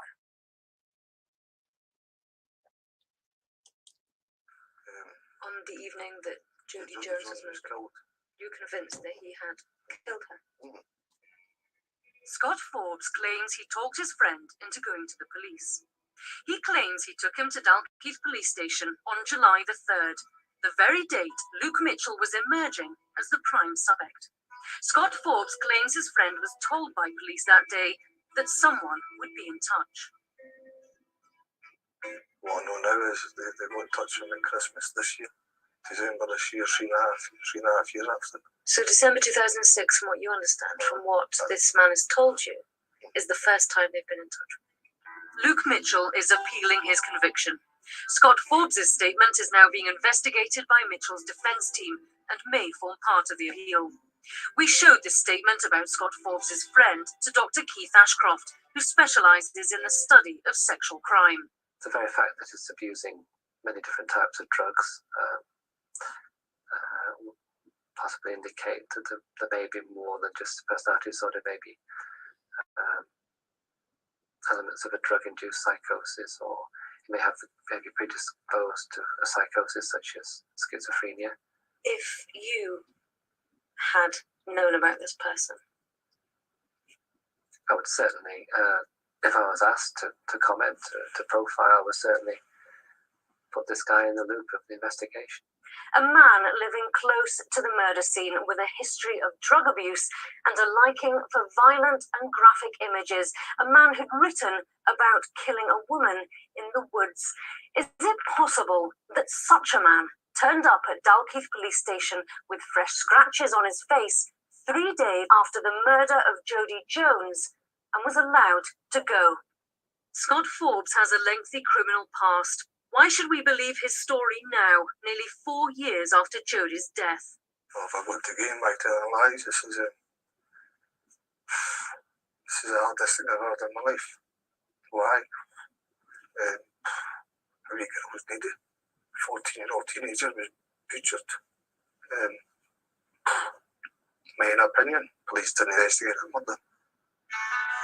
Lothian and Borders Police declined to participate in this film as the case is subject to an appeal. They did, however, give us this statement.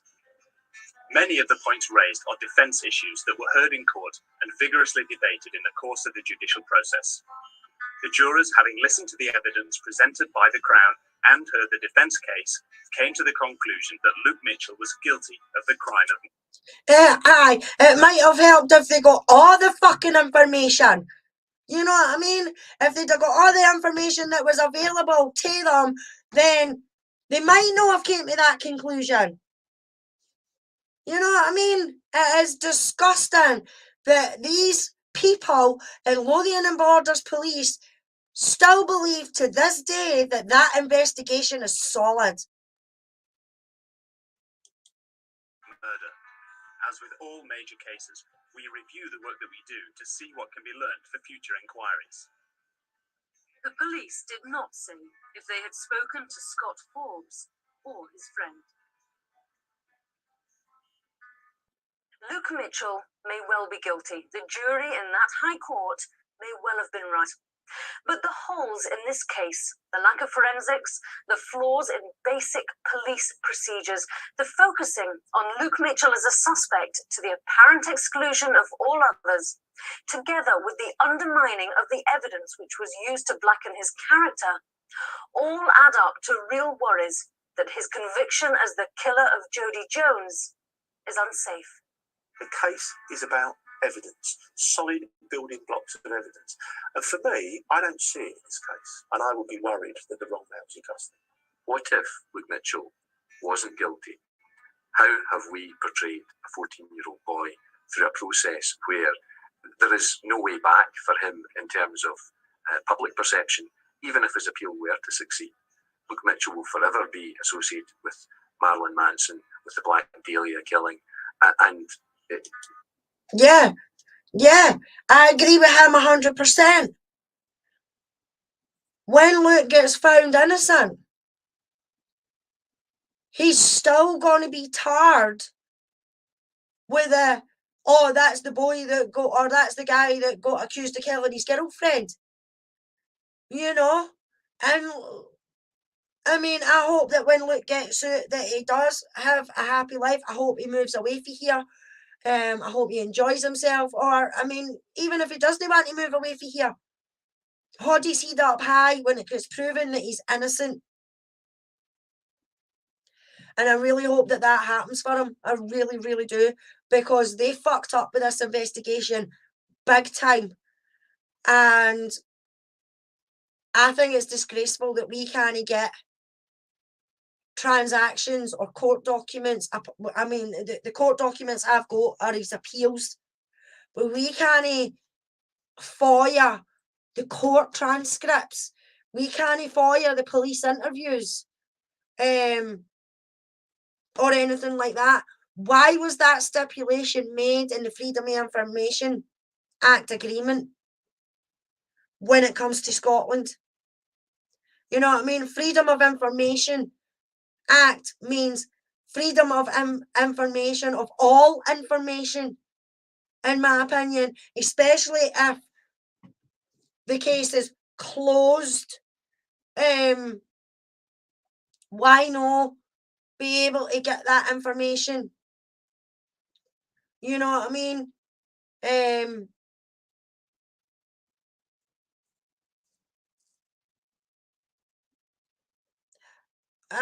William, that CCTV wasn't on the night of the murder. It might have been seen on CCTV, but it wasn't on the night of the murder. Or if it was later on. So he stayed at Newbattle. He could have easily have went home, got changed, just like everybody says about Luke.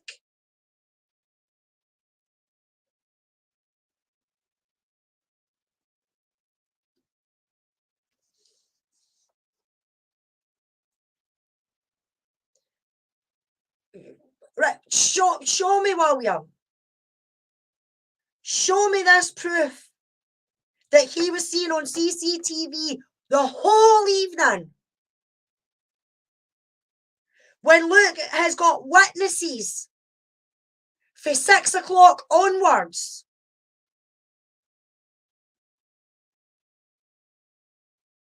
What's that got to do with anything?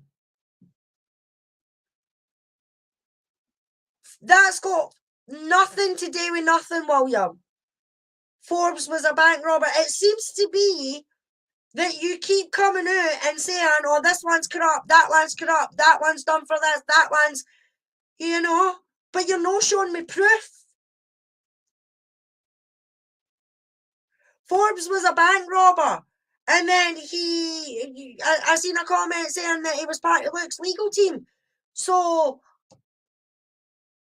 what if he was a bank robber? He's now then became a lawyer, so obviously the guy was young when he done this stuff. And realised it's no a good way to do things. You know what I mean? And he seen him 3 days after the murder. So where did the blood and the scratches come from? But nobody asks that.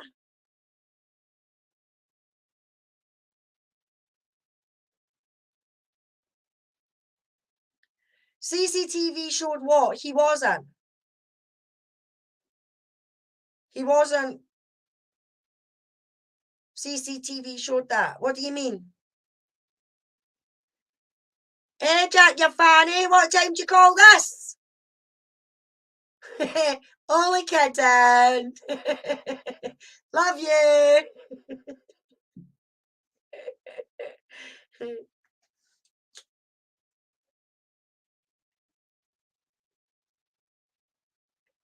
He lived in the college. He had plenty of alibis. Okay. Okay. If that's what you say. Yeah. But show me the evidence. No, no one's being a fanny. I just called you a fanny for being late.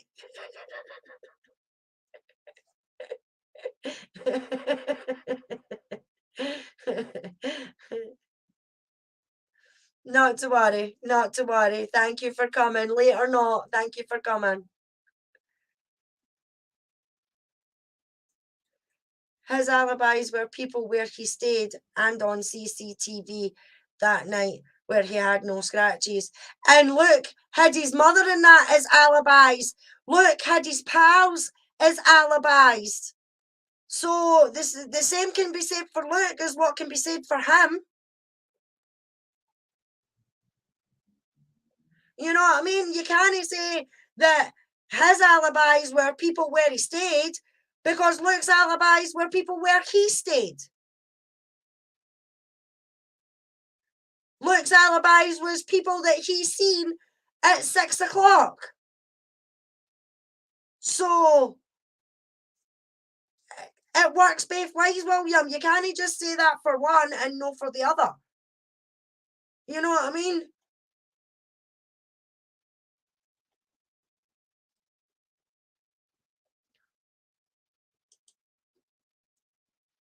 You're in a situation now where, for a whole host of reasons, we're left with an unsatisfactory conviction.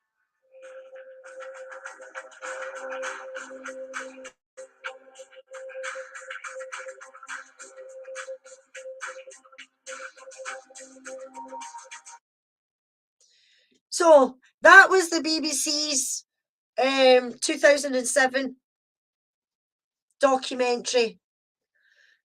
Now,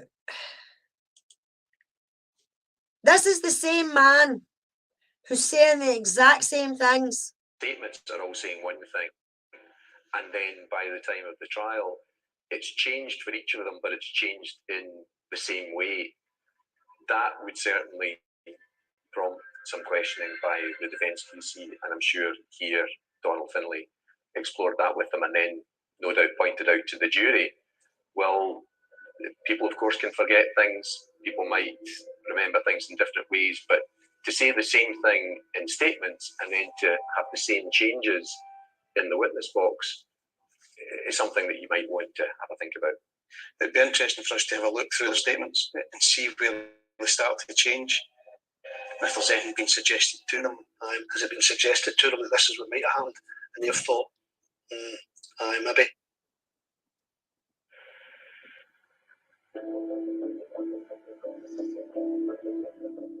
Luke Mitchell was 14 years old when he was accused of murdering his girlfriend. He was named by the press within days, but not officially charged until 10 months later. See, he was named within days. Within days. You know what I mean? No wonder that laddie's life got ruined. No wonder that laddie did not have a fair trial. Because he didn't. He certainly did not have a fair trial, in my opinion. And the people that are in these documentaries are saying the exact same thing. Luke was, when I say he was in the press constantly, I mean daily, absolutely daily. This is 5 days after the murder, I believe, where we've got detectives hunting the killer of 14-year-old Jodie Jones, where last night questioning her boyfriend. Right. 5 days. 5 days. He was actually named. Not just the boyfriend, but actually Luke Mitchell named. Why did they have to name him? They didn't have to name him. Everybody knew, especially in the area in the vicinity, who her fucking boyfriend was. He did not need to be named. But this was okay, apparently, back then, because he wasn't in fucking court proceedings.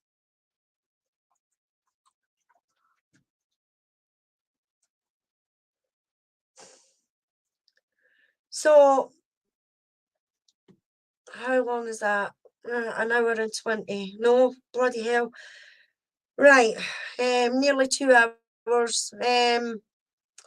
Okay, I'm just going to show you a couple of more things, and then I'm going to wrap it up for the night.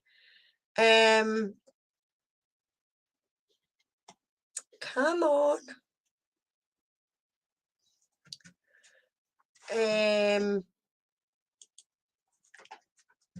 This, I don't know if you've remembered me talking. This was in the media just the other day about Luke's case. Jodie Jones killer, Luke Mitchell's freedom bid backed by Tory council candidate sparks fury. And it's because she put up on Facebook, on her Facebook, that she thought Luke was innocent. And her name's Claire Brown, and her comments were condemned by a member of Jodie's family, apparently.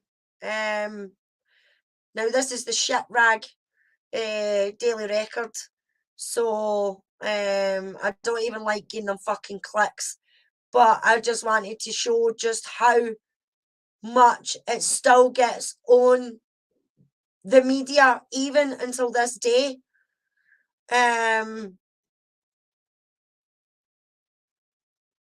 This is her, and this is what she put.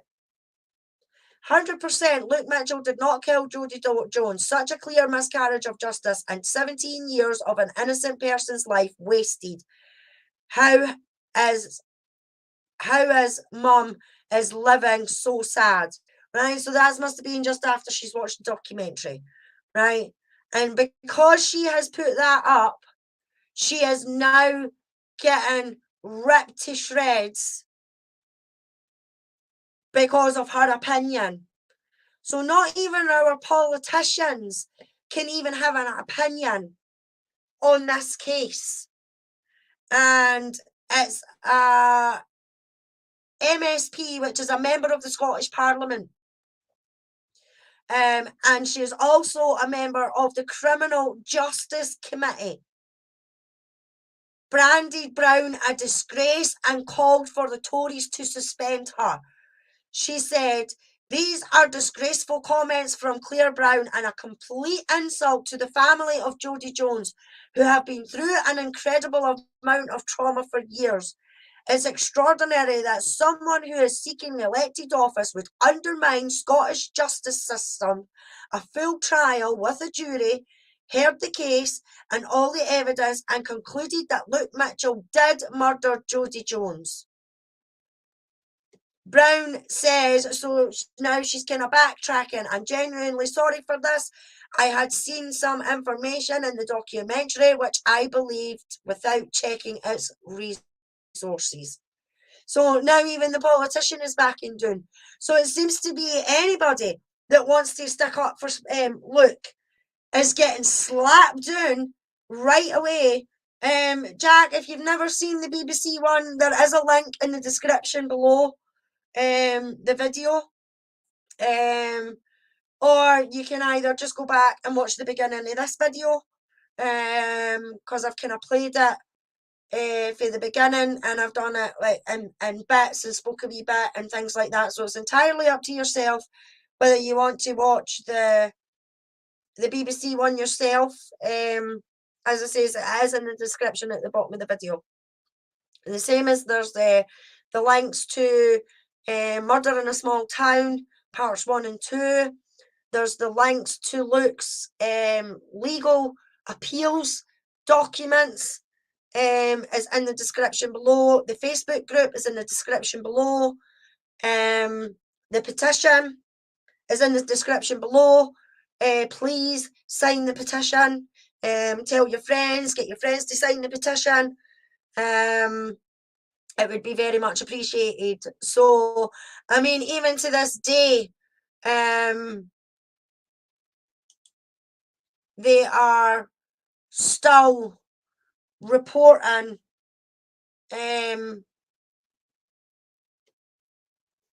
left, right, and centre. Why are you not sharing? Try refreshing it.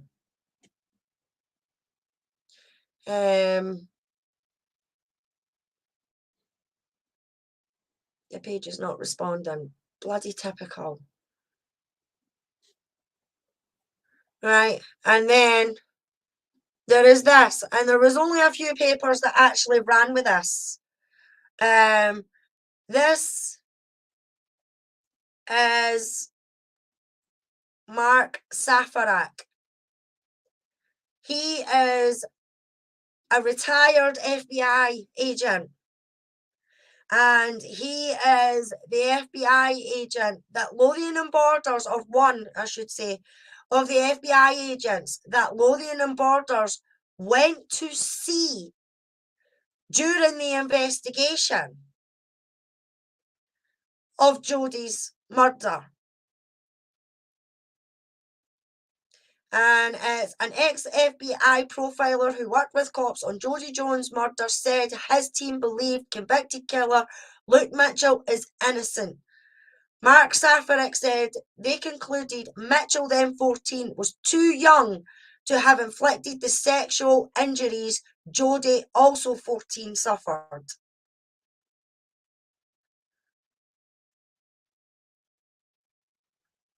The retired crime buster, who was a senior member of the FBI's elite behavioural analysis unit, said his experts produced a detailed profile of Jodie's killer after police asked for their opinion.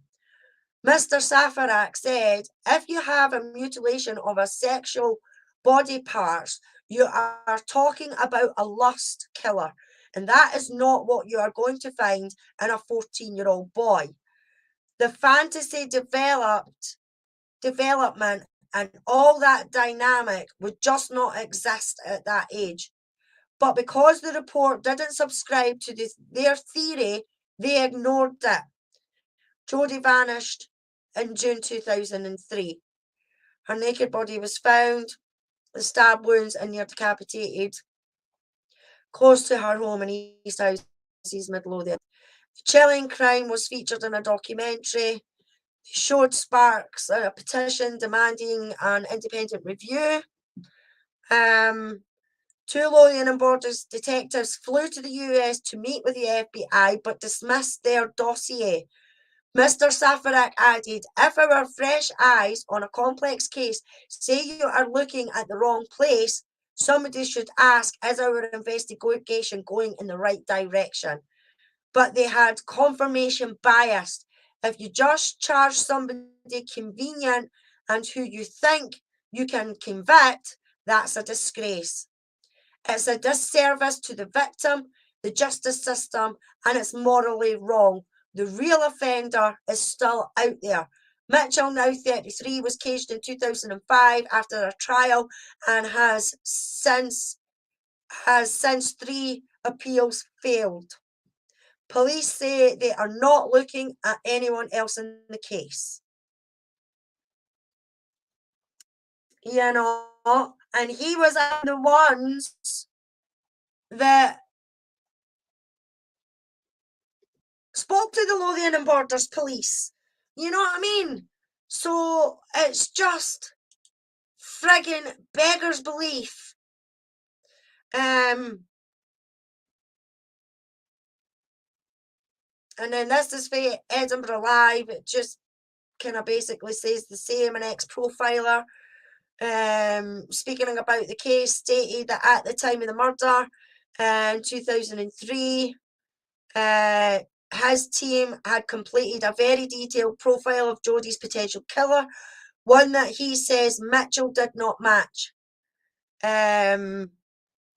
Speaking about the case, Safarak stated that at the time of the murder in 2003, his team had completed a very detailed profile. Mitchell had been jailed in 2005 for the murder of his girlfriend after she was found next to a woodland path, severely beaten and sexually assaulted. She was not sexually assaulted. See, this is lies. Lies. She was not sexually assaulted. Despite being found guilty by a jury at the time, Safarak told The Sun, if you have mutilation of sexual body parts, you are talking about a lust killer. And that is not what you are going to find in a 14-year-old boy. The fantasy development and all that dynamic would just not exist at that age. According to the former agent, 2 Lothian and Borders detectives had flown out to the US to meet the FBI about the case, but dismissed their opinions.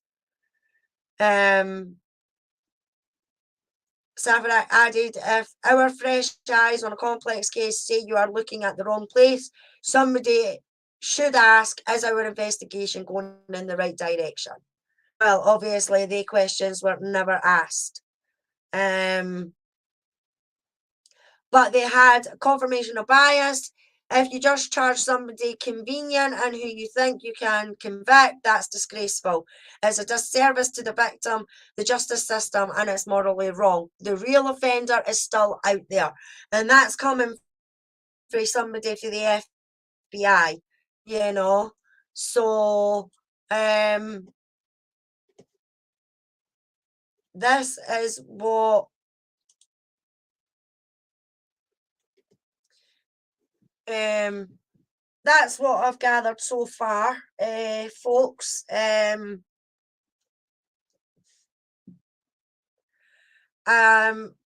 Sorry, I've not kept up on the chat. As I say, that's me just gone for 2 hours now, so I think I'm going to call it a night. I would just like to thank everybody for joining. I will go over the case. I'll go over the chat again.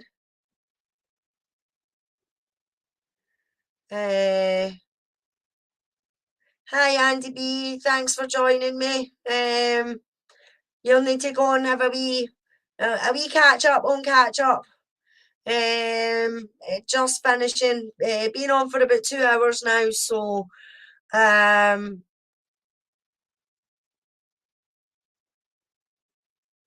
just wrapping up. Once again, I would like to thank Checking Convictions for both my intros, the one I use at the beginning and the one that I'm going to use at the end here. They're fantastic, and I would say to anybody, if you're wanting a video for your YouTube channel or that, do get in touch with Checking Convictions, because she's fantastic at what she does with those videos. She can whip them up in minutes. So a huge thank you to Checking Convictions. A huge thank you to everyone in chat.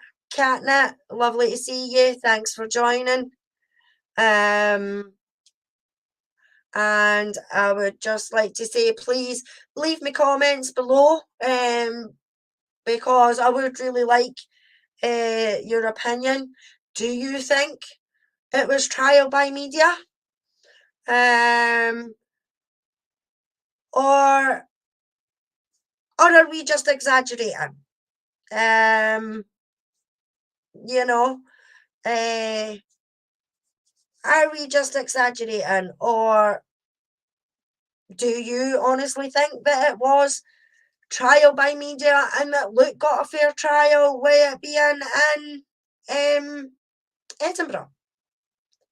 I certainly don't.